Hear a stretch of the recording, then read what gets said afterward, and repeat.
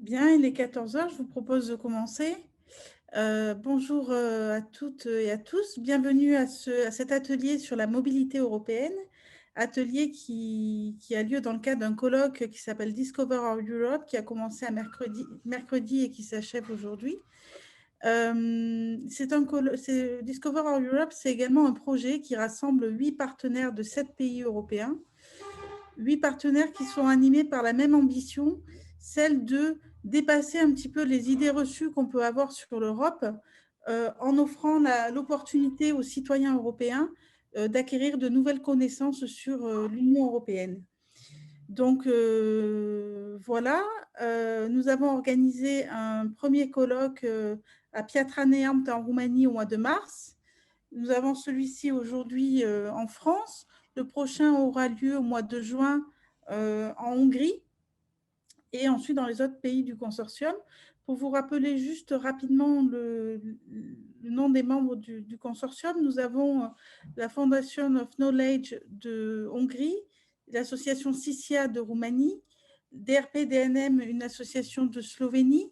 Nous avons la ville de Pejeia située à Chypre, mais également Sovogem au Portugal, Cybervoluntarios en Espagne et l'association Eurocircle qui est basée à Marseille en France.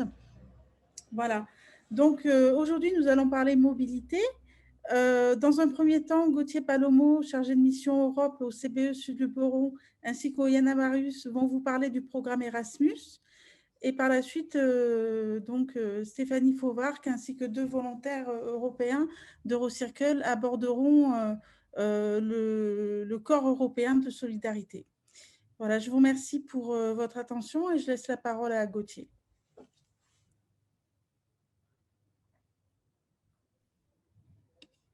Ouais, Gauthier, tu n'as pas ton micro. Et du coup, Voilà, normalement c'est bon, vous m'entendez bien? ouais. Donc du coup, voilà. Je te remercie Claire pour l'introduction que nous avons introduite. Du coup, on va commencer par la première partie de ce colloque, de cet atelier qu'on organise aujourd'hui à 14 heures. Première partie qui sera consacrée au programme Erasmus. Et donc, comme a dit Claire, la deuxième partie sera présentée par Eurocircle et ses volontaires également, pour présenter le corps européen de solidarité. Bon, je sais qu'il est 14 heures, s'il est tôt, juste après avoir mangé, donc on va peut-être faire un petit réveil un peu doux pour se remettre en jambes. Du coup, ce que je vous propose, c'est de faire un petit quiz, voilà, pour voir ce que vous pensez du programme Erasmus, ce que vous savez, ce que vous ne savez pas. Voilà, donc ne vous inquiétez pas, vous aurez une note à la fin, mais c'est pas, c'est pas contractuel, hein. On ne va pas venir vous voir pour vous redonner des leçons. Donc, je vous invite d'abord à, si vous êtes sur ordinateur, de taper le mot Slido ou d'aller sur le site www.sli.do et de rentrer le code en haut à gauche 30 46 76. Ou dans un second temps, si vous êtes sur téléphone ou que vous avez votre téléphone sur vous, de scanner le QR code. Ça sera peut-être plus évident, plus rapide à faire. Voilà, donc je vais vous laisser quelques minutes, le temps que tout le monde se connecte. Et hop là. Et le temps que tout le monde se connecte, je vais même vous partager un petit extrait vidéo avec une musique pour faire passer l'attente. Hop là. Alors.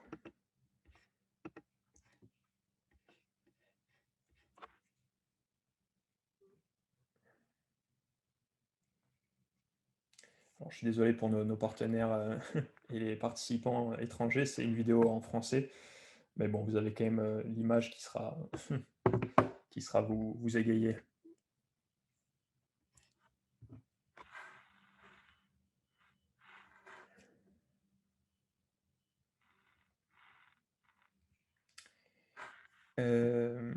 Et d'ailleurs, on va peut-être commencer même, pendant que la vidéo tourne et avec ce petit fond sonore, sur à quoi vous fait penser la mobilité en Europe. Voilà, donc il n'y a pas forcément que le programme Erasmus, hein, ça concerne un peu, ça concerne même le corps européen, bien évidemment, mais voilà. Donc, je vous invite à écrire ce que vous pensez, que ce soit en français ou en anglais, voilà, pour qu'on fasse remonter tout ce petit nuage de mots à la commission. Voilà. C'est toujours intéressant de voir ce que vous pensez de ce thème qu'on va aborder aujourd'hui. Donc, je vais laisser cet écran peut-être pendant encore deux petites minutes, le temps de collecter quelques mots, et puis on continuera sur la suite du quiz par la suite. Donc, on a déjà les premiers mots qui apparaissent. Donc, on voit voyage, interculturalité et aussi beaucoup de mots qui vont vers la jeunesse, les échanges de jeunes, les jeunes en action. Certains rentrent des codes, donc Ouais. si vous êtes là, c'est que vous n'avez plus besoin de rentrer le code, vous pouvez directement écrire vos mots. Voilà.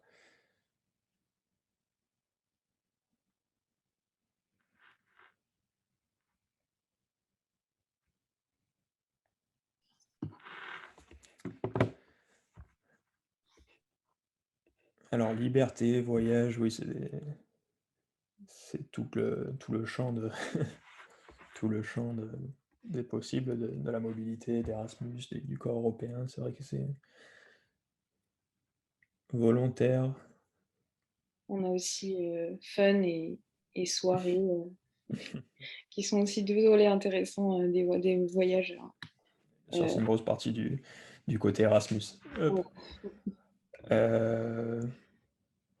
Du coup, je vais peut-être laisser jusqu'à allez, encore 30 secondes et puis après on va passer on va commencer le petit quiz. Hop là.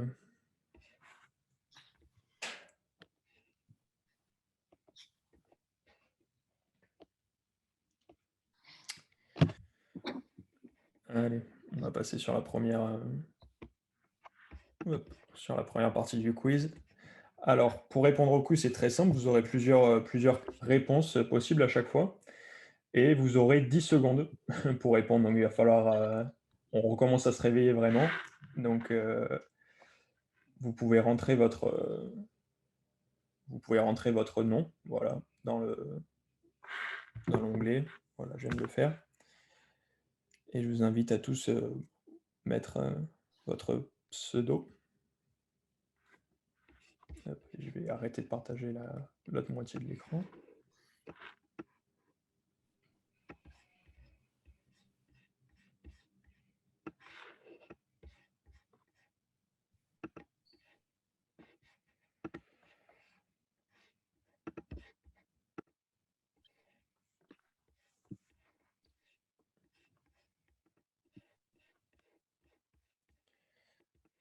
Alors, déjà une quinzaine de participants, c'est déjà bien.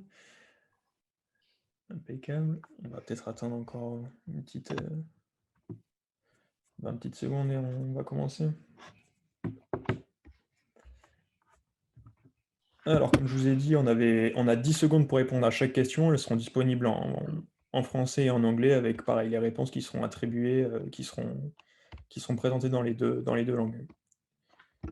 Alors, première question, depuis quand le programme Erasmus existe-t-il? Voilà. Alors, vous avez 4, 3, c'est très rapide, hein, 2, 1, pour répondre. Donc, je vois, bon, moitié-moitié sur 83, 87. Donc, vous étiez pas loin. On va revenir sur tous ces points dans la présentation qui suit.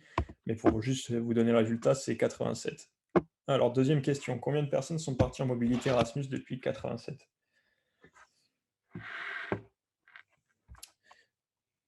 Alors, combien de personnes? Voilà, encore un tiers 10 millions, un tiers 15 millions. Et bien c'est 10 millions. Voilà, donc encore quelques personnes qui ont trouvé. Vous engrangez des points. On va voir à la fin le classement. Prochaine question. Quel est le pays qui accueille le plus d'étudiants Erasmus? Donc ça commence à être des questions un peu plus, un peu plus techniques. Mais on peut avoir des idées, bien sûr. Alors, Espagne, évidemment, Allemagne et France. Alors, c'est l'Espagne. Donc, pour tous les critères qu'on connaît, hein, que ce soit le beau temps, l'ambiance générale, etc. Et maintenant, on va faire la question dans l'autre sens, c'est quel pays envoie le plus d'étudiants Erasmus? Alors, toujours les 4 mêmes pays.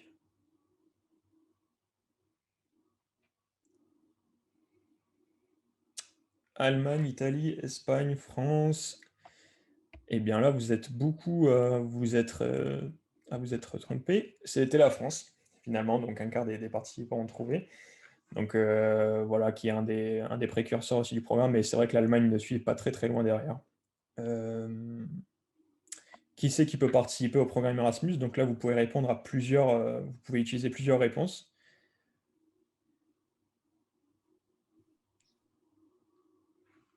Alors, donc là, c'est bien réparti. Donc les étudiants, évidemment, ça paraît le premier point. Mais en fait, c'était toutes ces réponses qui étaient valables. Parce que le programme Erasmus, c'est vrai qu'on pense tout de suite aux étudiants qui partent étudier à l'étranger, mais c'est vrai que ça ne concerne pas que les étudiants. Et il y a tous ces, ces secteurs, je vais dire, toutes ces personnes qui peuvent partir. Voilà. Pour la prochaine question, où pouvez-vous partir en Erasmus? Donc en Europe et les pays voisins ou partout dans le monde.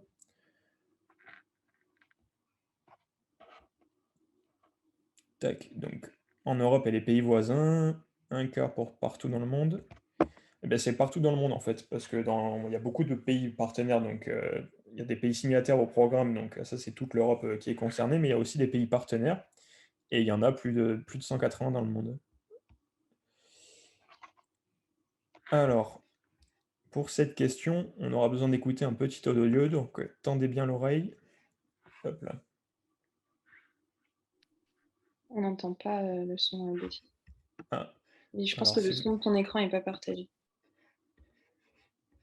alors, je vais revenir à la question d'avant. Hop. Comment je vais faire ça? Hop là. Est-ce que vous entendez maintenant? Non?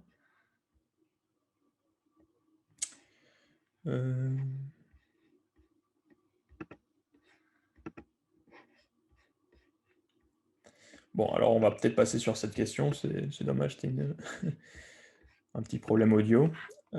Tac. Donc c'était quel langage on pouvait entendre dans l'audio. Donc évidemment, je vais vous donner la réponse, c'était le langage grec. Voilà. Bon, quelques personnes ont répondu malgré tout. Voilà, donc c'était le grec. Et donc, voilà les résultats. Donc, 7 sur 7, j'ai pas son pseudo, mais félicitations voilà, pour les participants qui apparaissent au classement. Et donc, on va continuer avec la présentation un peu plus formelle du programme. Alors, je vais laisser la main. Nous, comment tu disais ça? Ouais. Hop, je vais laisser la main à Oyana. Alors, On va commencer. Alors du coup, pour vous présenter le programme Erasmus, on va faire ça en 2 temps. Donc, dans un premier temps, vraiment les détails du programme Erasmus, son histoire, les opportunités que le programme offre et quelques chiffres clés. Et après, avec Gauthier, on vous fera un retour d'expérience sur nos Erasmus, puisqu'on est tous les deux partis en séjour Erasmus, donc en Grèce pour Gauthier et pour moi en Allemagne. Donc je te laisse commencer l'histoire en bref, Gauthier. Alors, du coup, on va commencer sur la première partie. Donc, qu'est-ce que c'est le programme Erasmus? On va faire les basiques, on va dire, pour retracer un petit peu l'histoire de ce programme. Donc, voilà, forcément, quand on aborde un programme, il faut aborder les dates clés. Donc, tout ce programme, ça a commencé en 71 avec les ministres de l'éducation de 9 pays de la communauté européenne, voilà, qui n'étaient pas encore l'Union européenne à l'époque, et qui commençaient à s'accorder sur un principe de coopération dans le domaine de l'éducation. Mais on sait que le domaine de l'éducation, c'est un domaine réservé, enfin, qui était réservé aux États et qu'il était vraiment difficile de trouver des accords sur ce thème. En 1976, ils ont quand même réussi à trouver des priorités et des étapes dans cette coopération. Mais malheureusement, on voit que le programme, pendant une bonne quinzaine d'années, il a mis du temps à se développer. Et c'est seulement en 87 que, compte tenu des blocages, finalement, ils ont trouvé une solution. Et après avoir été rejeté 3 fois, le Conseil des ministres de l'éducation des pays membres ont finalement adopté le 15 juillet 1996 le programme Erasmus. Donc voilà, le programme Erasmus, ça a presque 34 ans aujourd'hui, donc plus vieux que moi, mais c'est vrai que ça commence à remonter maintenant. Donc un petit tour sur le nom, d'où c'est que ça vient ce nom. Donc ça vient du philosophe néerlandais Erasme, voilà, qui sillonna l'Europe au XVe siècle en quête de savoir, on va dire. Mais ça veut aussi dire, en fait, c'est un anagramme qui veut dire European Region Action Camp for the Mobility of University Students. Donc pour les francophones, ça veut dire Programme d'action régional européen pour la mobilité des étudiants. Donc bon, c'est tombé bien que ça soit quelqu'un qui sillonne toute l'Europe et en même temps que ça tombe sur, sur ce bel anagramme. Pour la slide suivante, je Alors, laisse... le programme Erasmus, il s'est étendu en 2014, il est devenu Erasmus+, et aujourd'hui, il regroupe toutes les formes de mobilité, qu'elles soient liées donc à l'éducation, mais aussi à la formation, à la jeunesse et au sport. Et donc aujourd'hui, ça permet d'envoyer près de 850 000 personnes en mobilité chaque année. Donc ces personnes, elles partent donc soit pour étudier dans un pays étranger, mais également pour faire un stage à l'étranger dans une entreprise ou une association, faire du volontariat, tout simplement un échange, ou bien pour les professionnels, faire une formation à l'étranger ou encore enseigner à l'étranger. Et donc, ce programme, il finance aussi la coopération entre les établissements d'enseignement supérieur dans toute l'Europe. Et donc, comme on l'a vu pendant le quiz, le programme, il s'adresse aux étudiants, certes, mais pas que. Il s'adresse aussi aux professeurs, aux employés d'entreprises privées qui souhaitent enseigner à l'étranger, mais aussi aux apprentis, au personnel universitaire et aux jeunes actifs qui sont désireux de bénéficier d'une formation à l'étranger.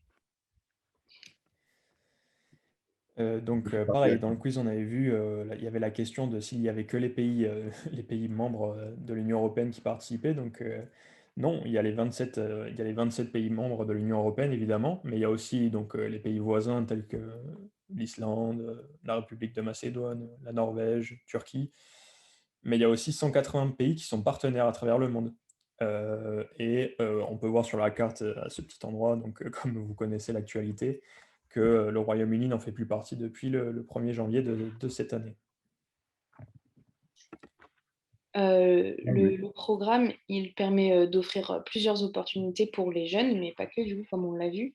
Donc, effectivement, il existe les mobilités étudiantes, donc soit un séjour d'études dans un établissement d'enseignement partenaire. Donc, ça peut aller jusqu'à 1 an de séjour.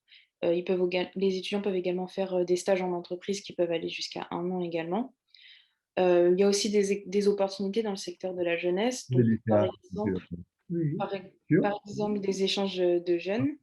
Donc, ça va être des rencontres qui vont être organisées, mais en dehors de quelconque structure scolaire. Je suis 13 à 30 ans. Je vais juste demander à monsieur et madame Massé si vous vouliez couper le micro pour... On reviendra d'ailleurs hein, sur vos questions. Vous pouvez poser vos questions dans le chat et on reviendra à la fin de nos interventions. Voilà, donc si vous avez des questions, n'hésitez pas à les poser ou à la fin, on vous donnera la parole. Je te redonne la main. Merci. Donc, je disais, il y a aussi des échanges de jeunes qui sont organisés, donc, mais en dehors de quelconque structure scolaire. Donc, ça permet d'envoyer des jeunes de 13 à 30 ans, un petit groupe, donc 16 à 60 jeunes. Et donc, ils peuvent se rencontrer sur une période allant jusqu'à 21 jours. Donc, c'est quand même un délai court. Mais voilà, c'est aussi ce genre d'opportunité que permet le programme Erasmus. Mais vous pouvez également bénéficier du programme Erasmus pour étudier et pour vous former si jamais vous êtes apprenti, enseignant, formateur, demandeur d'emploi. Donc voilà, ça ne concerne pas uniquement les étudiants. Dans la slide suivante, je vais vous montrer que le programme Erasmus, il dispose d'aides financières pour assurer son accessibilité pour tous les projets d'échange. Donc, le montant d'une bourse va varier selon le projet. Donc, si c'est un stage ou un séjour d'études, le montant ne sera pas le même. Mais ça va aussi varier en fonction de la destination du projet.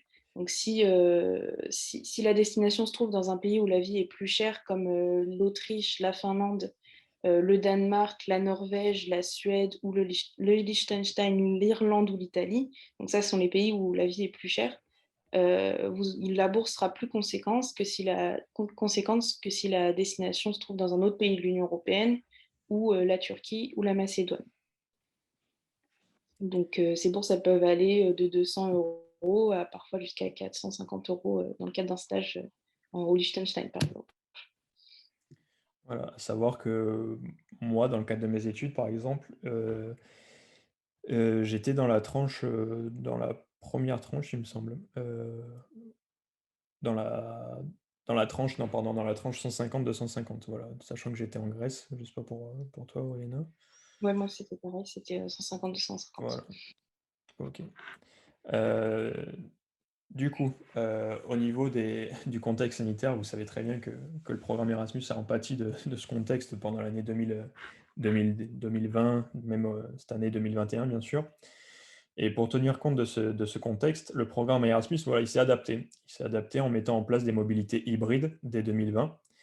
Et celles-ci, elles associent en fait des activités virtuelles avec des activités de mobilité. Donc l'apprentissage majoritairement se fait à distanciel pour l'instant, avec l'établissement d'accueil. Voilà, vous recevez vos cours à travers des visioconférences, en fait un petit peu comme, comme les étudiants français qui étudient en France. Donc finalement, ça ne change pas vraiment ce statut. Mais vous pourrez réaliser votre mobilité physique, cette fois-ci, à l'étranger à une date ultérieure. Donc quand la situation le permettra, bien évidemment. Et voilà, la plateforme Erasmus+ Virtual Exchange, c'est son nom. Elle a permis d'organiser des mobilités pour plus de 20 000 étudiants depuis 2018. Et maintenant, on va revenir en chiffres clés voilà, du programme Erasmus. Donc, comme vous voyez, il y a le fameux chiffre bien connu des 10 millions de bébés, des 10 millions de bénéficiaires, pardon, je vais commencer par celui-là.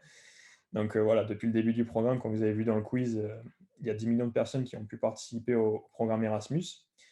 La moitié, évidemment, c'est des étudiants, mais il y a également les collégiens, les lycéens, les apprentis, les éducateurs et les formateurs, comme présenté auparavant. Et on estime qu'au total, il y aura plus de 22 millions de citoyens qui bénéficieront de ce programme à partir de 2027. Donc ça fait déjà, plus ça avance, plus c'est exponentiel, on va dire. Donc plus ça ira dans le temps, plus il y aura de personnes qui vont profiter de ce programme qui gagnent de l'ampleur. Et 102 000 personnes, c'est le nombre de Français qui sont partis via ce programme à l'étranger en 2019. Donc 1 million, c'était celui-là, ce chiffre qui est bien connu par beaucoup d'Européens, c'est 1 million de bébés. Donc ça, c'est un chiffre évalué par la Commission européenne, par des études. C'est un peu approximatif, mais c'est le nombre de bébés qui seraient nés grâce au programme Erasmus. Donc, et un tiers de ces étudiants Erasmus, des anciens étudiants Erasmus, vivraient encore avec un partenaire d'une nationalité différente. Donc ça fait quand même une bonne grosse proportion. Ce qui est aussi intéressant, c'est qu'on voit qu'après les voyages Erasmus, qu'après les mobilités Erasmus, 83% des individus se sentent plus européens. Donc ça, comme on a pu le voir dans nos précédentes conférences hier, avant-hier sur la citoyenneté, voilà, on voit que c'est quelque chose dont l'Union européenne peut pâtir. Donc c'est vraiment un bon moyen de renforcer cette citoyenneté européenne. Et pour la période au niveau budget, pour la période 2014-2020, on était à 14,7 milliards d'euros et on passe à 23,4 milliards d'euros pour la nouvelle période qui a débuté cette année, 2021-2027. Donc c'est une augmentation de près de 80%. Donc on voit qu'on mise vraiment sur ce programme. Voilà, maintenant, après cette présentation un petit peu des éléments clés du programme Erasmus, on va vous partager notre retour d'expérience avec Oyana, parce que voilà, comme on vous a dit, on est parti en Erasmus, que ce soit Oyana en Allemagne, à Brême, ou moi en Grèce. Pour ma part, du coup, je suis parti 2 semaines en Grèce, en septembre 2018 à juin 2019. Donc, je suis parti toute mon année de Master 1, qui était en mention de droit international. Donc, évidemment, mon diplôme jouait. C'était une bonne idée de partir à l'étranger quand on fait du droit international. et j'étais à l'école nationale et capodistrienne de Athènes. Donc, comme vous voyez, il y a des très beaux bâtiments, hein. Quand je suis arrivé, j'étais impressionné, évidemment. Mais vous inquiétez pas, on n'étudie pas dans ces bâtiments, c'est les bâtiments officiels de la faculté, mais nous, on était dans un bâtiment juste derrière. Mais évidemment, le cadre était super. Heu, Vis-à-vis de mon retour d'expérience, moi, ce que j'aimerais partager, c'est avant tout que c'est vrai que le programme Erasmus, enfin, quand on part en Erasmus, quand on est étudiant, ça peut faire peur un peu au début. Donc, bien sûr, on pense toujours à on quitte tout, hein, sa famille, ses amis, heu, donc ça peut freiner. Mais bon, quand on voit ce qu'on peut gagner en retour, c'est vraiment un gain, une balance qui est vraiment déséquilibrée, quoi. On gagne beaucoup à partir à l'étranger, que ça soit au niveau personnel, faire des nouvelles rencontres, des nouvelles cultures, des nouvelles langues. Voilà, moi j'ai appris le grec, par exemple. Bon, quelques mots, hein, j'arrivais à aller au marché et m'acheter des fruits et des légumes. Mais bon, je tenais pas une conversation pendant 1 heure. Mais voilà, c'est quand même, quelque chose d'aller en Grèce, d'aller dans un pays étranger qui est quand même assez différent de ce qu'on peut connaître en France. Et voilà, évidemment, donc vous pouvez voir les endroits où moi, bon, moi j'étais à Athènes, donc évidemment le Parthénon, les îles grecques et toutes les rencontres, une petite photo en bas là, ici, de notre petit voyage de fin d'études, parce que c'est aussi le côté relationnel, hein, qui est vraiment intéressant dans le côté Erasmus.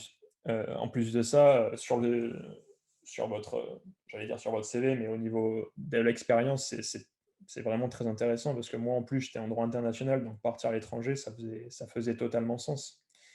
Donc, c'est vraiment toujours un plus quand on apprend quand quelqu'un voit sur votre CV que vous êtes parti en Erasmus, c'est souvent un plus et en plus, enfin, qui plus est que moi, j'ai fait tout mon cursus en anglais, donc ça a été aussi une base très intéressante pour tout ce que je peux faire par la suite dans mon travail, d'aujourd'hui. Je vais peut-être laisser la parole à Royana, vu que le temps passe, on reviendra dessus si vous avez des questions sur mon Erasmus. Hop. Ouais, du coup, moi, je suis partie à Brême, en Allemagne, comme tu l'as dit, donc à l'université de Brême, dans la faculté de sciences politiques. Et donc, moi, j'y suis partie un semestre, du coup, de mars à août 2019. Et c'était dans le cadre de ma dernière année de licence en sciences politiques à l'international. Donc, c'est pareil, c'était très intéressant pour moi et très enrichissant pour moi qui étudiais depuis la France la science politique à l'international, de partir, du coup, dans un autre pays pour, heu, pour, heu, pour avoir un point de vue différent. Et donc, moi, ce que j'ai retenu de mon Erasmus, bon, déjà, j'ai gagné en autonomie, je pense, parce que comme disait Gauthier, bah, je me suis retrouvée toute seule dans un pays étranger où je connaissais absolument personne. Donc forcément, ça m'a poussée à faire de nouvelles rencontres. Donc, je suis allée davantage, vers les personnes qui étaient autour de moi que ce que j'aurais pu faire avant. Ça m'a permis de rencontrer des personnes qui venaient du monde entier. Et donc, pour moi, ça a contribué, grandement à mon ouverture d'esprit, puisque j'ai dû côtoyer au quotidien des personnes qui étaient de cultures différentes que la mienne et qui, du coup, n'avaient pas nécessairement la même façon de penser que moi. Euh, Ça m'a aussi beaucoup aidé dans la pratique de la langue. Donc, j'étudiais déjà l'allemand avant, mais le fait de baigner dans la langue pendant 6 mois, ça aurait été le meilleur enseignement que j'ai jamais reçu, forcément. Et moi aussi, j'avais pris tous mes cours en anglais. Donc, par la même occasion, j'ai progressé en allemand et j'ai aussi progressé en anglais. Donc ça, enfin, il y a pas de secret. Le fait de devoir pratiquer tous les jours des langues étrangères, c'est vraiment un plus qui fait la différence. Et je pense aussi que mon échange, il a été assez bénéfique dans mes études parce que je trouvais que la manière d'enseigner en France était quand même différente de la manière d'enseigner en Allemagne. Et ça m'a permis d'appréhender les sujets que j'ai étudiés, mais d'une autre manière, d'un point de vue différent. Et donc, je pense que ça a développé des compétences que j'aurais jamais acquises si j'étais pas partie, parce que en France, on n'aborde pas les choses de la même manière que dans d'autres pays. Et ça, je pense que ça marche pour les autres pays aussi. C'est pas que l'Allemagne, c'est juste la manière d'enseigner, les méthodes qui sont différentes selon les pays. Et donc, forcément, ça aussi, c'est une ouverture d'esprit qui est, enfin, ça vaut de l'or, je pense. Donc voilà. Je ne sais pas si vous avez des questions à nous poser. Euh, j'ai vu, peut-être même qu'on reviendra après l'intervention sur le corps européen, mais juste rapidement, oui, du coup, les cours étaient en anglais. Ça dépend du pays en fait où vous partez. Donc, concrètement, si vous partez en Espagne, généralement, vous aurez tous vos cours en espagnol. Si vous partez au Portugal, il y a la possibilité d'étudier en anglais ou en portugais. Mais voilà, par exemple, moi, je suis parti en Grèce. Évidemment, j'ai pas fait mes études en grec, sinon j'aurais pas eu mon diplôme, hein, clairement, surtout en droit. Mais voilà, la majorité, c'est des pays où les langues ne sont pas, on va dire, très, très usitées. C'est l'anglais, et sinon, c'est la langue nationale pour étudier. Mais généralement, on a souvent le choix quand même de pouvoir étudier en anglais dans toutes ces facultés.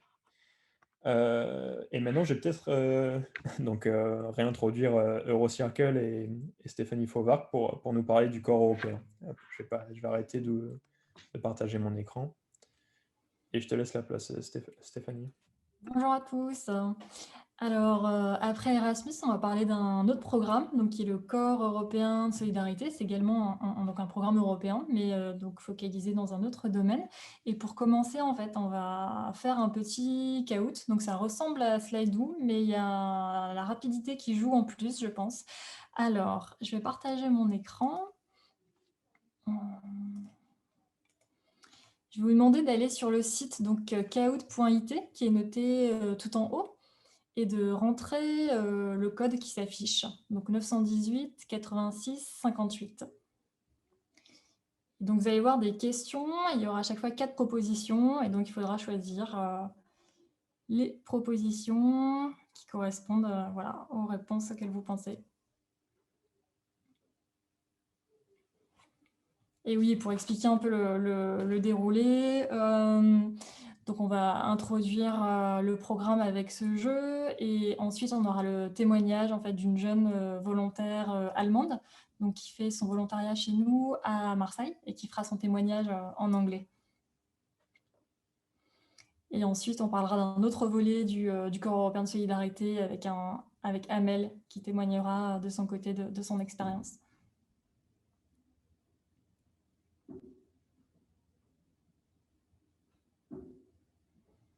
Alors, nous avons des célébrités dans les participants avec Simone Veil.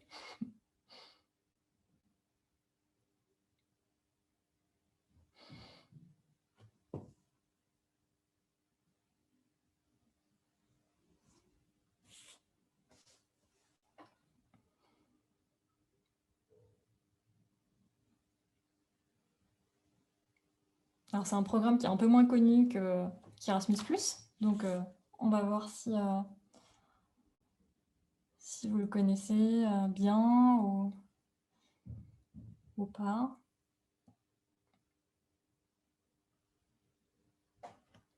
Alors, je pense qu'on va démarrer. Ensuite, si d'autres veulent nous rejoindre, ça sera possible. Donc, c'est parti. Donc, essayez d'être le plus rapide possible pour être sur le podium.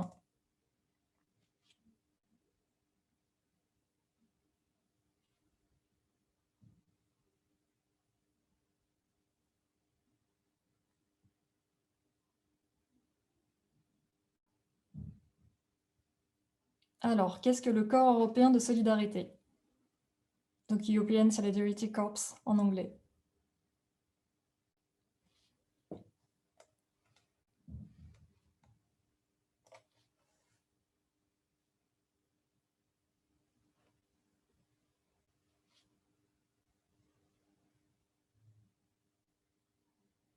Alors, pas mal. Effectivement, donc c'est un programme de volontariat à l'étranger et ça permet aussi de développer des projets de solidarité locale en fait dans son pays, ce qu'on verra dans un deuxième temps. Alors, je vois qu'une personne a décoché les stages. En fait, l'année dernière, effectivement, les dernières années, il y avait la possibilité de partir en stage dans le Corps européen de solidarité, mais en fait, c'est terminé dans la nouvelle programmation où en fait, le programme se concentre sur le volontariat et les projets de solidarité locale.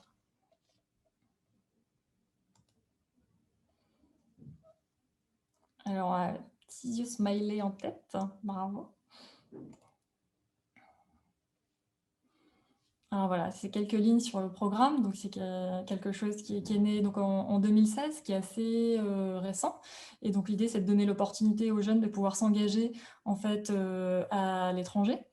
Et pour ceux qui connaissent en fait, ou qui connaissaient le service volontaire européen, en fait, c'est ce qui a remplacé le SVE. Et donc ça permet de faire des activités de volontariat en individuel ou en groupe et de mener donc des projets de solidarité à l'échelle locale. C'est un programme, pour information, qui est quand même beaucoup moins pourvu financièrement que le programme Erasmus+. On est sur un budget de 1 milliard d'euros par rapport aux 26 milliards donc du programme Erasmus+.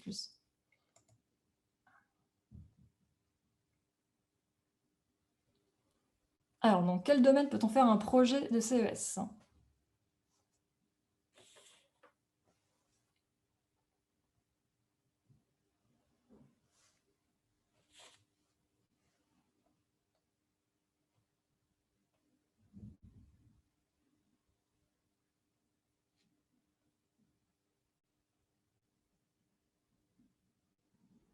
Alors, toutes les réponses étaient possibles. En fait, le point commun à tous les projets de CES, c'est le fait qu'il faut que ça soit des projets d'intérêt général. Après, voilà, ils peuvent avoir lieu dans différents domaines. Les domaines cités et bien d'autres, comme la lutte contre la discrimination, voilà, plein de choses. La plupart des projets, en fait, se déroulent dans des associations ou dans des collectivités territoriales, par exemple des mairies. Elles peuvent aussi avoir lieu dans le secteur privé, mais donc là, ça va plus être dans le domaine de l'économie sociale et solidaire, par exemple, ou de fondations. Pour vous donner un peu des petites idées de projets, nous, par exemple, en fait, on envoie donc des jeunes sur ce type de programme.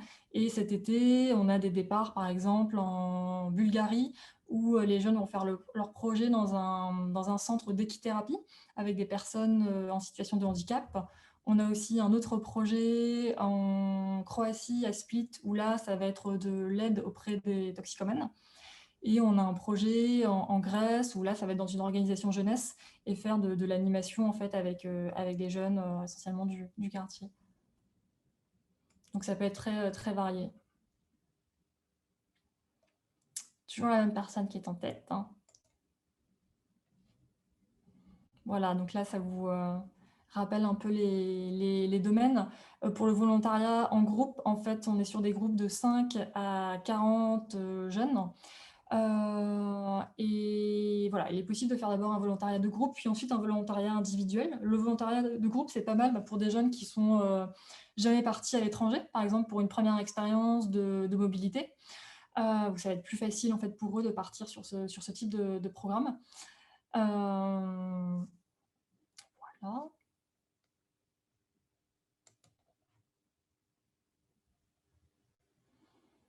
Alors là, on va passer aux critères. En fait, quels sont les critères pour participer à ce type de programme ? Alors, est-ce qu'il faut parler la langue du pays, être diplômé, payer la structure d'accueil ou être très motivé ?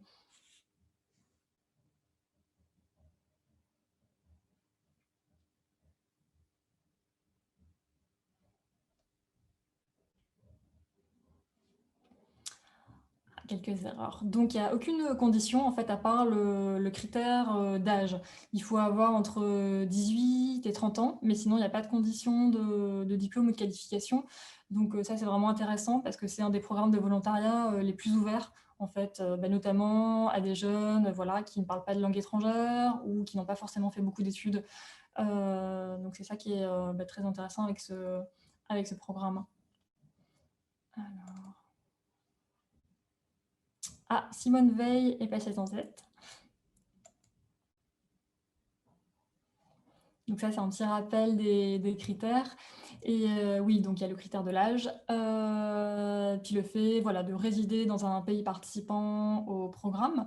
Il ne faut pas forcément avoir en fait, la nationalité d'un pays européen. C'est juste la condition de résidence qui compte, en sachant qu'on le verra un peu plus tard, mais ça ne concerne pas que l'Union européenne en fait. Alors... La durée des missions.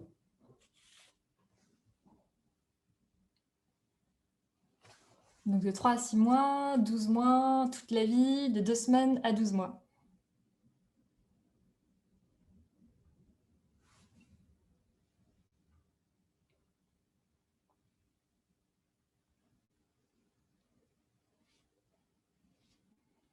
Alors bravo, donc la bonne réponse était de 2 semaines à 12 mois. Alors, en sachant donc que les volontariats de groupe, eux, peuvent se dérouler donc de 2 semaines à 2 mois, et les volontariats individuels, en fait, de 2 semaines à 12 mois. Voilà. Simone Veil est toujours en tête.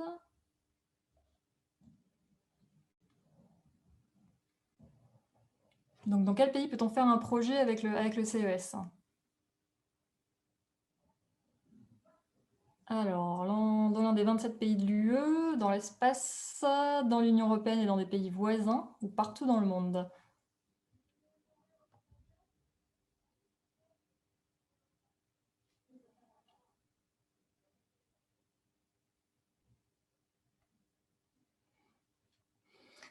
Alors, bravo à 4 bonnes réponses. Donc, la bonne réponse, oui, c'est donc dans l'Union européenne et dans les pays voisins. Donc, dans les pays voisins, en fait, il y a les pays méditerranéens. Il y a les pays des Balkans, en fait. Il est possible également de partir en Russie et dans les pays en fait, de l'espace économique européen qui ne font pas partie de l'Union européenne, comme la Norvège, par exemple, ou le Liechtenstein. Alors, Simone, tu l'as en tête, bravo. Donc voilà, c'était un petit récapitulatif donc des durées, des séjours et voilà, des destinations.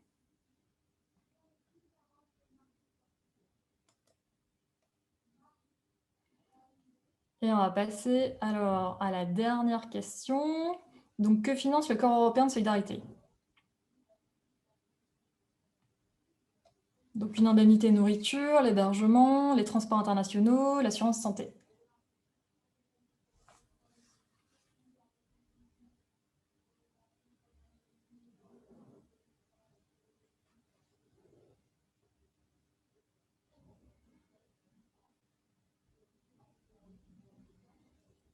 Alors.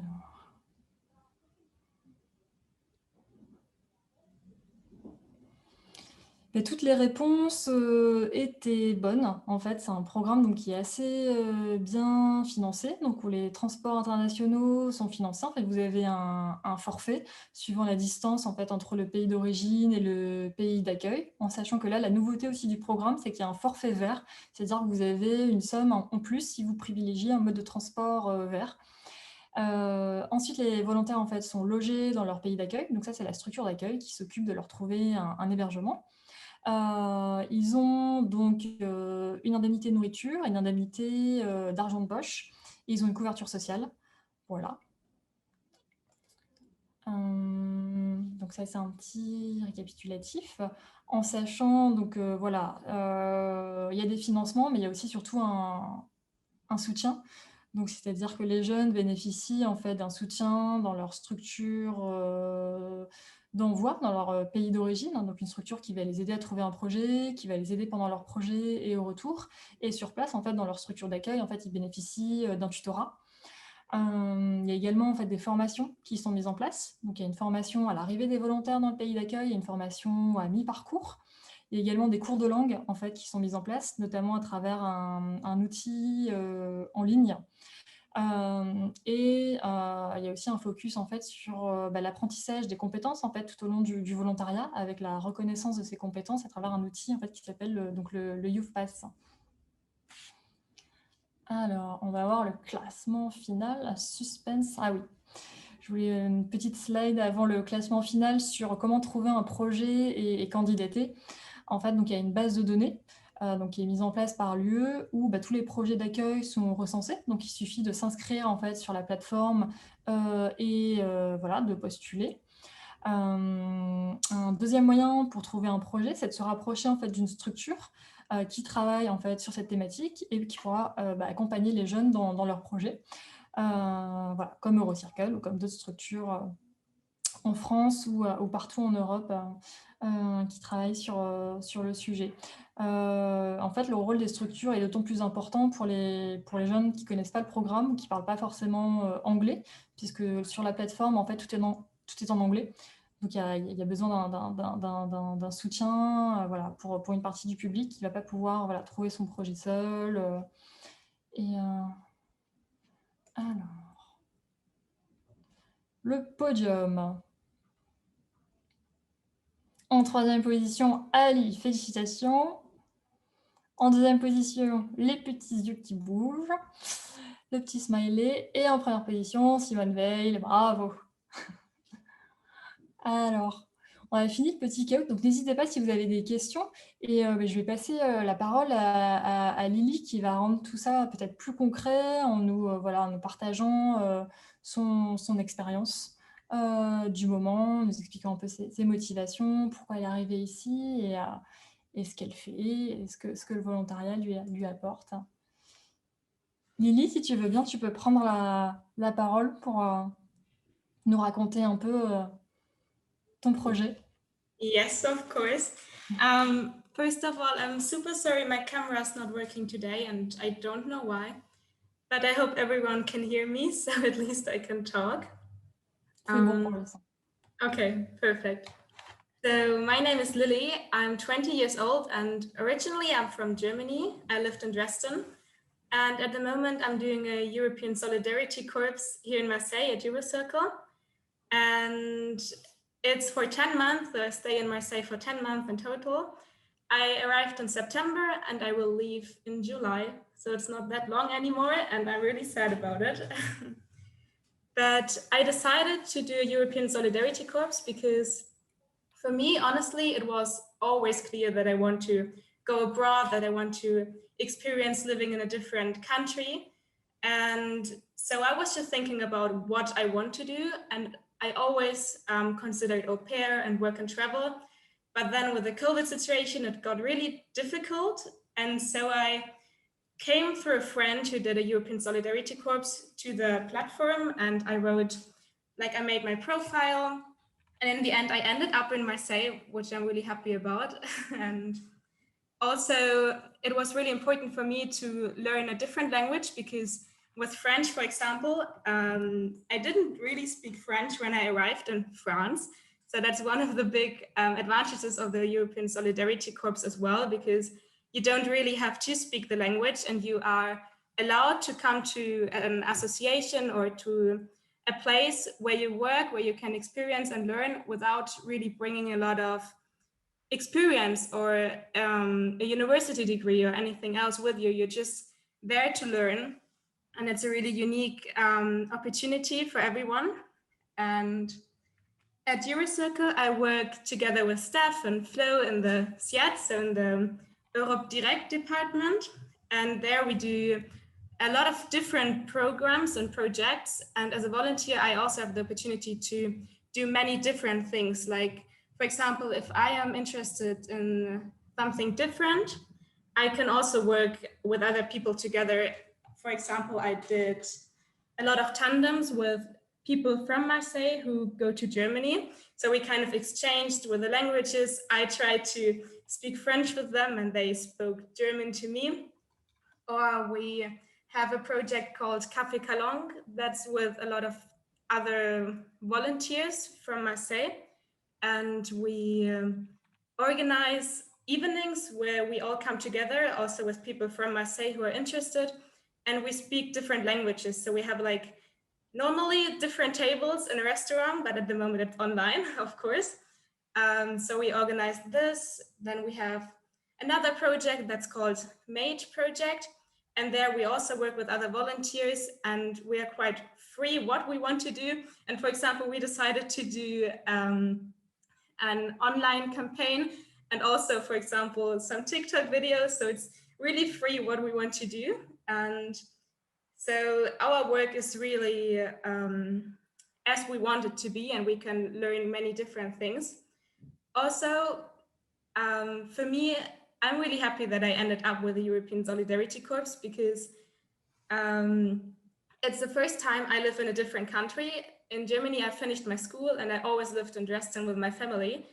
And now the first time living in a different country with a language I didn't really speak in the beginning. And yeah, living alone with other people, it was really helpful for me to have someone, for example, my sending organization in Germany. I can always talk to them when I have a problem. And I also have at Eurocircle my tutor, like a person who is responsible for me, and I can also talk to them. So even though I am alone in a different country, I have people who help me. And the first experience abroad, it's really helpful for everyone, I think. And I'm really grateful for that. And right now, I think it was a really good experience for me. I also learned a lot about myself because I had a lot of different state of minds, I would say. When I arrived, I was super happy.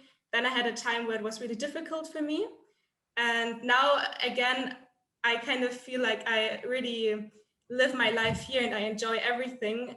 And I learned a lot about how I act in different situations, how I live with other volunteers together. And yeah, now I'm like this kind of person who's always putting the opportunity into the conversation when friends are thinking about what they should do after school. I'm always like, yes, you could do a European Solidarity Corps, like always. So I really like this project, and I think everyone who has the opportunity should really try to use it and find their project, because there are many out there, and I think everyone can find a really, really good program. And I think that's it from my side. If anyone has some questions now or later, I'm happy to answer them. And yeah. Merci Lily. N'hésitez pas si vous avez des questions. C'est vrai que ce qu'elle disait, oui, c'est intéressant, c'est le fait que ça peut permettre à des jeunes qui sont un peu paumés, qui ne savent pas forcément quoi faire après leurs études ou qui ont arrêté leurs études, voilà, de découvrir un nouveau domaine, d'avoir une expérience et ensuite voilà, de revenir plus outillés pour reprendre une formation, pour voilà, trouver un emploi ou voilà, ne serait-ce que se développer personnellement.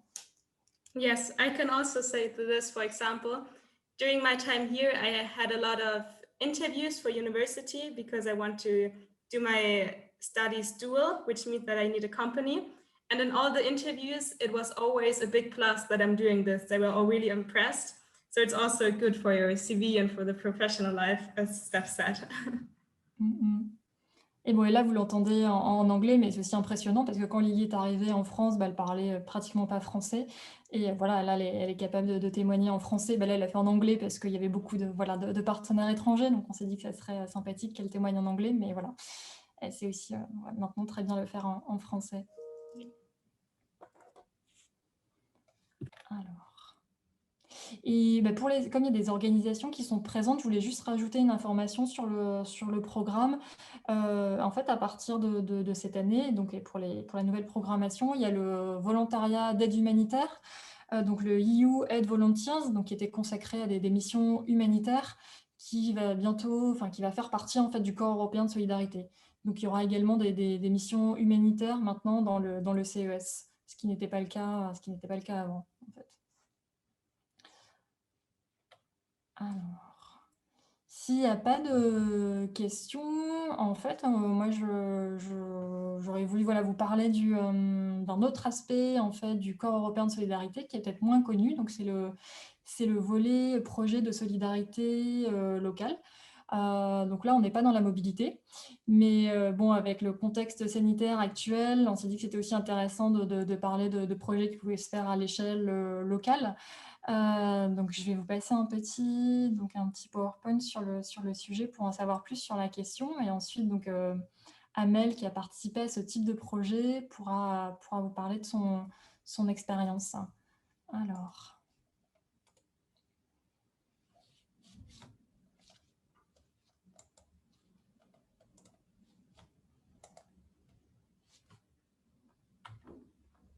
Alors ça, c'est les objectifs donc, du des projets de solidarité locale.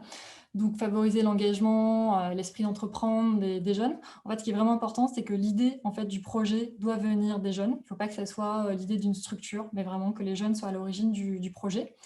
Il faut que le projet donc, réponde à des besoins identifiés dans la communauté locale. Il faut viser à avoir un impact sur cette communauté et donc promouvoir la solidarité, les principes et les valeurs donc, du CES, qui sont la lutte contre les discriminations, l'inclusion, la tolérance. Ça, c'est pour les objectifs. Alors, pour les thématiques, en fait, ça va se rapprocher des thématiques du volontariat. Donc, il y a plein de thématiques qui sont possibles. Des projets autour de l'environnement, de l'inclusion, de la citoyenneté, de l'aide aux personnes, de l'accès à l'éducation, en sachant qu'avec avec le Covid, en fait, ils vont aussi privilégier dans l'année et l'année prochaine des missions qui sont axées sur la santé. Alors, pour monter donc un projet de solidarité locale, il faut être un groupe de 5. Même si après le projet regroupe plus de jeunes, un projet peut regrouper 10 ou 15 jeunes, mais au moment en fait, de la demande de subvention, il faut être au moins 5 jeunes identifiés, donc avoir entre 18 et 30 ans. Donc résider là au sein de l'Union européenne, donc il n'y a pas de pays partenaire en fait, dans ce volet du programme, il faut vraiment que le projet se fasse en fait, dans un des pays de l'UE, et donc être inscrit sur le portail du CES. Donc le projet doit se dérouler en fait donc près de chez soi, dans son quartier, sa ville, son département, sa région, et il peut durer en fait entre 2 et 12 mois. En sachant donc que ce qui est intéressant, c'est que les jeunes peuvent bénéficier d'un soutien financier pour mener à bien leur projet. Donc il s'agit d'un forfait donc, de 500 € par mois, donc pour les frais de gestion du projet. Ils peuvent aussi se faire accompagner, en fait. Donc, il y a des frais de coaching qui peuvent être demandés. Donc, vous voyez le montant donc de 214 € par jour, donc sur un maximum de 12 jours. Et ensuite, il y a la participation de jeunes confrontés à des difficultés. Ça peut être des jeunes, par exemple, qui sont porteurs de handicap. Il y a des coûts supplémentaires qui peuvent être aussi demandés. Alors, ensuite, il y a un soutien financier, mais il peut aussi donc, y avoir le soutien du coach, on l'a vu, mais aussi d'autres associations, de structures. Donc, les jeunes peuvent bénéficier donc, d'un suivi administratif et financier, donc le coach, on l'a vu. Donc, il y a aussi l'équipe, nous, donc en France, en fait, le corps européen de solidarité, il est géré par l'agence Erasmus+. Donc, ce n'est pas le cas de tous les pays en Europe, mais ici, c'est comme ça.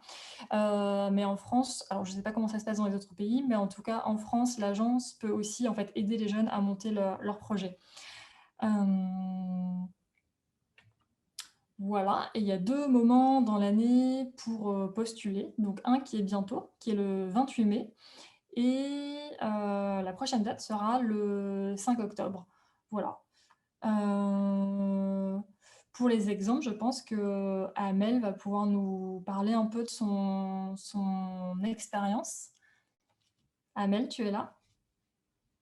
Oui, bonjour à tous et à toutes. Vous m'entendez bien? Oui, on t'entend bien. Peut-être nous expliquer, oui, ce qui vous a donné envie de vous lancer dans ce projet, comment vous avez commencé à travailler là-dessus, et ensuite comment ça s'est passé? Alors, pour nous, ça s'est passé l'année dernière. On a déposé notre projet plutôt le 7 mai. Ça s'est passé en fait en 2 semaines, 1 semaine, on va dire.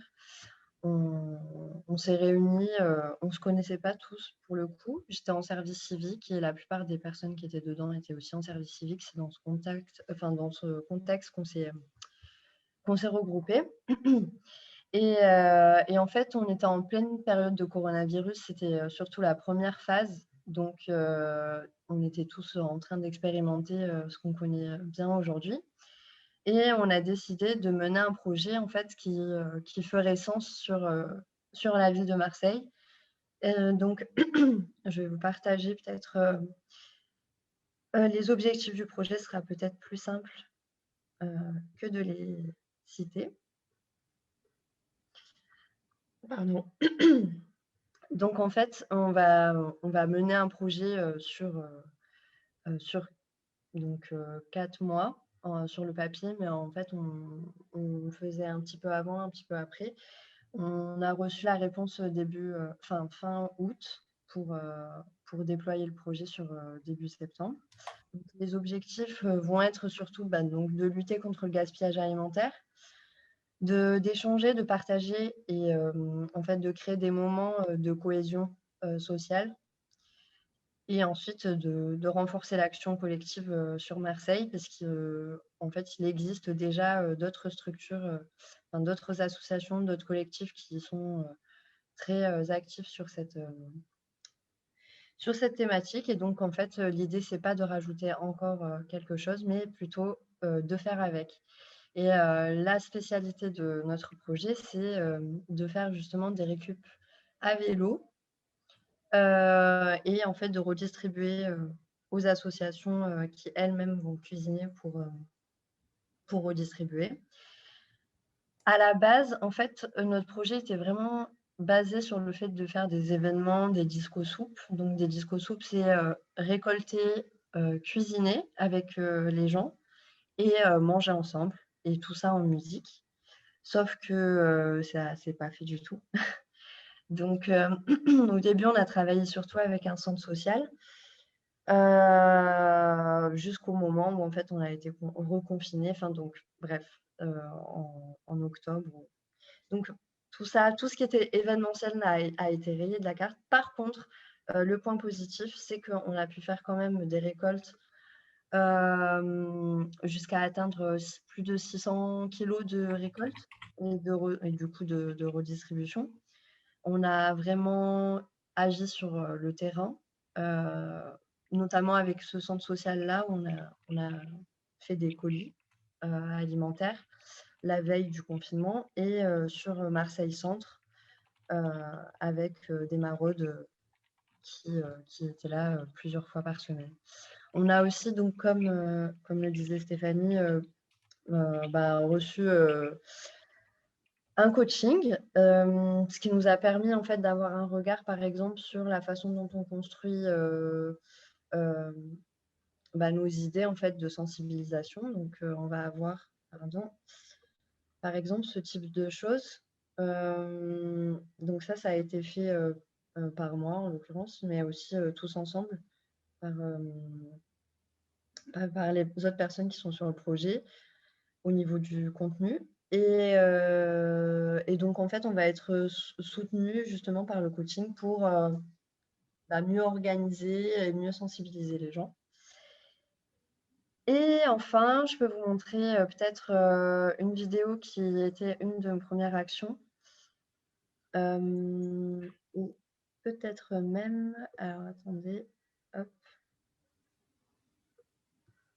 Voilà. Ça a été une de nos premières actions. Bon, c'est très court, hein. Faut pas s'attendre. Mais ça, c'était devant le centre social, du coup. Et c'est les colis dont je vous parlais, justement, qu'on a distribué la veille, en fait, du confinement, ou du deuxième confinement. Voilà. Je peux peut-être vous montrer quelques photos en plus sur le terrain, justement. Donc là, en fait, oui, en fait, une fois qu'on a reçu les subventions, on a pu acheter du matériel. Et à la fois donc les vélos et les remorques qu'on a construites. On n'a pas construit les vélos et les remorques, mais bref, voilà. Donc on les a alliés en tout cas. Donc on s'est vraiment axé sur le centre social. C'était un de nos partenaires privilégiés. Et après, on a dû se replier plutôt sur le centre. Donc du coup, avec les vélos et un autre partenaire local chez qui on venait donc déposer la nourriture et qui, elle, derrière, allait... on n'était pas seul à déposer dans ce point-là, justement. En fait, c'est pour ça que je parlais de faire sens sur Marseille. Voilà, voilà. Est-ce que vous avez des questions, peut-être? Tu peux expliquer le jeu de mots du titre, Amel, peut-être, comme il y a beaucoup d'étrangers. Alors, juste, je cherche à revenir normalement. Pardon. Oups. Pardon. Alors, donc, FADA, de toute façon, donc, ça veut dire favoriser une alimentation durable, accessible et solidaire. Donc, voilà. Je pense qu'on n'est pas les seuls à faire des jeux de mots dans les projets européens. Donc, on en a profité pour en faire aussi. Voilà. Et en fait, fada en marseillais, ça veut dire fou, un peu fou. C'est ça, les fous à vélo qui récoltent et qui redistribuent. Voilà, voilà. Ok. Ah oui. Est-ce que tu as trouvé que c'était formateur, voilà, en termes de gestion de projet, gestion d'un budget, enfin... Oui, parce qu'en fait, on était tous de près ou de loin dans l'équipe connaisseurs enfin, comment dire, liés au projet européen, ou en tout cas connaissant les projets européens. Et du coup, en fait, le projet de solidarité nous a permis un petit peu de voir aussi ce que c'était de faire un projet à l'échelle locale.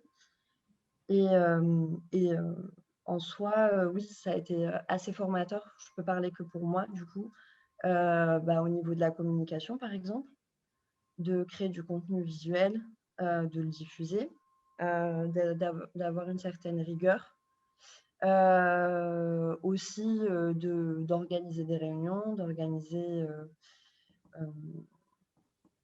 comment dire, des ateliers, etc.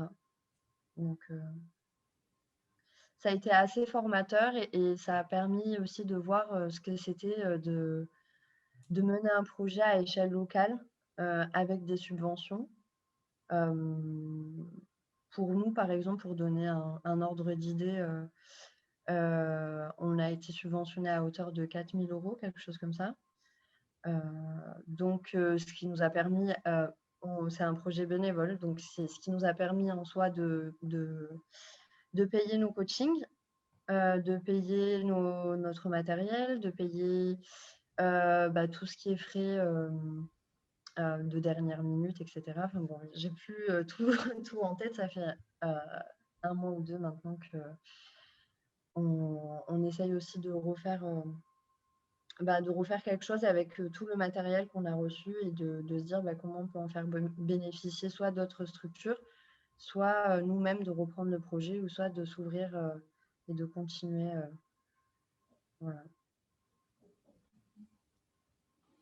Quand j'ai vu les caisses dans le coffre, donc du matériel que vous aviez financé avec le projet, ça m'a fait penser que c'est vraiment aussi des projets qui peuvent financer de nombreuses choses en fait. C'est assez flexible. Moi, je pense à un autre projet qui s'est déroulé sur Marseille où là, c'était mener des activités pour favoriser l'accueil des migrants en fait dans la ville, pour leur faire découvrir la ville à travers voilà, des activités à la bibliothèque, des activités pétanque, des activités piscine, où ils avaient utilisé par exemple une partie du budget pour acheter des maillots de bain aux participants.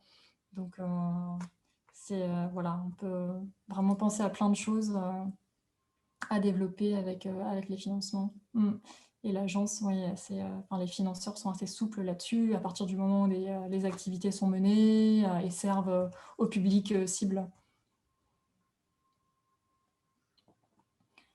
Et il y a certains groupes de jeunes qui, après leur projet de solidarité locale, ça leur sert de tremplin en fait, pour, par exemple, créer une association ou une coopérative. Il y a des projets qui ont aussi abouti en fait, à ce type de structure. Oui, d'ailleurs, si je peux me permettre, rebondir sur cette aspect association, etc., ça peut servir de rampe de lancement, pardon. C'était pour, au début, on est 3, 4 jeunes, 5 jeunes, mais est-ce qu'on peut se greffer à l'intérieur après le lancement du projet? Alors, pour nous, en fait, quand on dépose un projet, comme tout projet européen, on rentre par le Europass. Et en fait, par exemple, ce qui s'est passé pour nous, on était 6 à la base, voire 7. Sur le terrain, on a fini à 3. Donc, du coup, c'est plutôt la situation inverse. Des personnes ont quand même eu leur nom sur la fin du projet. Et je ne pense pas qu'on puisse rentrer, Ça dépend en fait l'objectif. Est-ce que c'est pour participer au projet ou est-ce que c'est pour avoir son nom sur le projet? Si c'est pour avoir son nom sur le projet, il faudrait peut-être envoyer des mails. Je ne peux pas non plus assurer quelque chose définitivement. Par contre, sur des projets comme le nôtre et je pense comme d'autres projets européens, c'est possible de se greffer aux activités et de participer à part entière. Oui, parce que là, en plus, on parlait du critère d'âge où ces 5 jeunes doivent avoir entre 18 et 30 ans. Mais en dehors des 5 jeunes, il peut y avoir des mineurs ensuite qui se greffent au projet, par exemple, qui ne seront pas membres officiels du projet sur le dossier, mais ils pourront participer au projet, en fait. Ok, merci. Donc c'est quand même assez flexible pour pouvoir se greffer de manière informelle, on va dire, au projet. Ok. Juste Je tiens peut-être aussi à dire... Oui. je peux mettre en avertissement.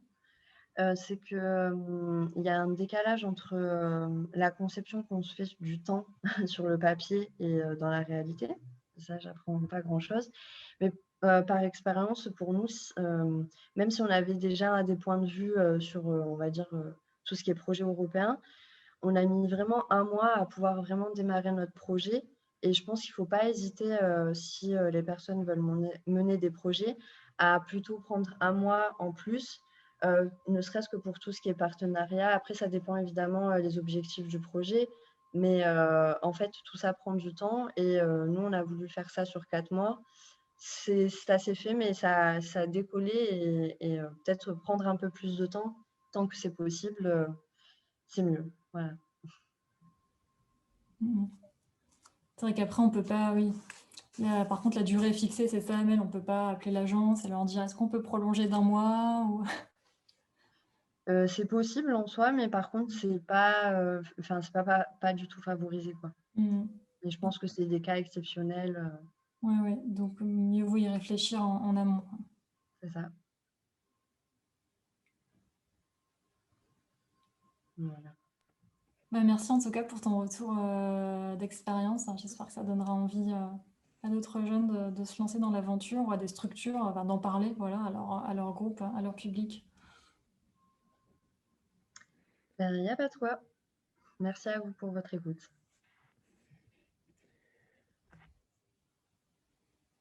Ouais, du coup, merci pour la participation. Et c'était vraiment intéressant. Et je tenais à préciser aux participants, il n'y a pas de, il y a pas, il y a aucun problème si vous avez des questions sur cette partie ou que ce soit sur la partie d'avant, sur la mobilité, sur Erasmus. Voilà, on peut revenir dessus également. L'intervention qui vient d'être faite, c'est de me refaire penser sur le niveau timing. C'est vrai qu'on n'en a pas du tout évoqué. Enfin, surtout pour nous, nous qui étions Erasmus. Pareil, c'est quelque chose qui se prépare à l'avance, hein. C'est pas du jour au lendemain. On se dit, bah tiens, mon début d'année en septembre, je vais partir en Erasmus. On ne commence pas son Erasmus 2 semaines en avance. Il y a des délais. Généralement, c'est l'année scolaire qui précède. En tout cas, moi, je parle du côté étudiant. Et c'est souvent 4, 5, 6, 7 mois où ça se fait et vous avez la réponse pendant l'été, un petit peu comme pourrait se faire une demande pour rentrer dans une fac française. Donc c'est aussi, enfin, administrativement, il y a pas mal de dossiers à remplir. Enfin, moi, j'étais un peu surpris, plus que si vous vouliez étudier en France, évidemment. Mais c'est vrai que vous avez pas mal de choses à faire, des lettres de motivation, donner votre CV, dire pourquoi vous avez choisi ce pays, qu'est-ce que vous voulez faire là-bas, vos activités annexes. Enfin, il y a quand même un... C'est pas un processus qui se fait en une journée. Donc voilà, c'est à réfléchir aussi au niveau du timing. Donc, je remercie les personnes dans le chat qui remercient les interventions. Et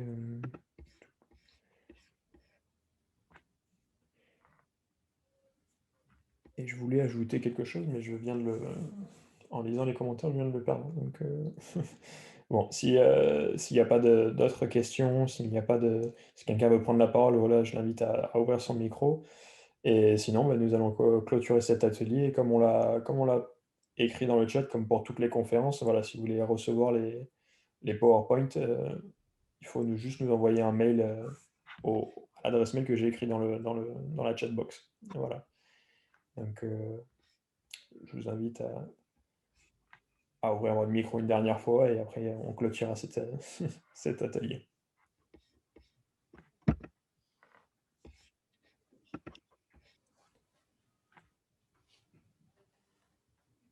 Donc, je remercie notre partenaire. Je crois qu'il n'y a pas de questions.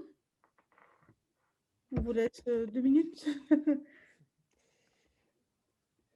Alors, je récupère l'adresse mail qu'il y a dans le chat pour peut-être là. J'imagine c'est pour envoyer le PowerPoint. Ok, Et je te laisse conclure du coup, Claire. Ouais, merci à tous pour votre participation. Merci à toutes ces personnes qui nous ont fait leur retour d'expérience sur leur mobilité européenne ou leur projet local. C'était très riche d'enseignements. Merci à tous. Je vous donne rendez-vous dans 3 quarts d'heure à 16h pour un webinaire avec Alain Dumort, chef de la représentation régionale de la Commission européenne, qui nous parlera du pacte vert. Donc, rendez-vous à 16h et je vous souhaite une bonne après-midi. À très vite. Au revoir. Au revoir, bonne fin de journée. Au revoir. Au revoir. Alors. Au revoir, merci.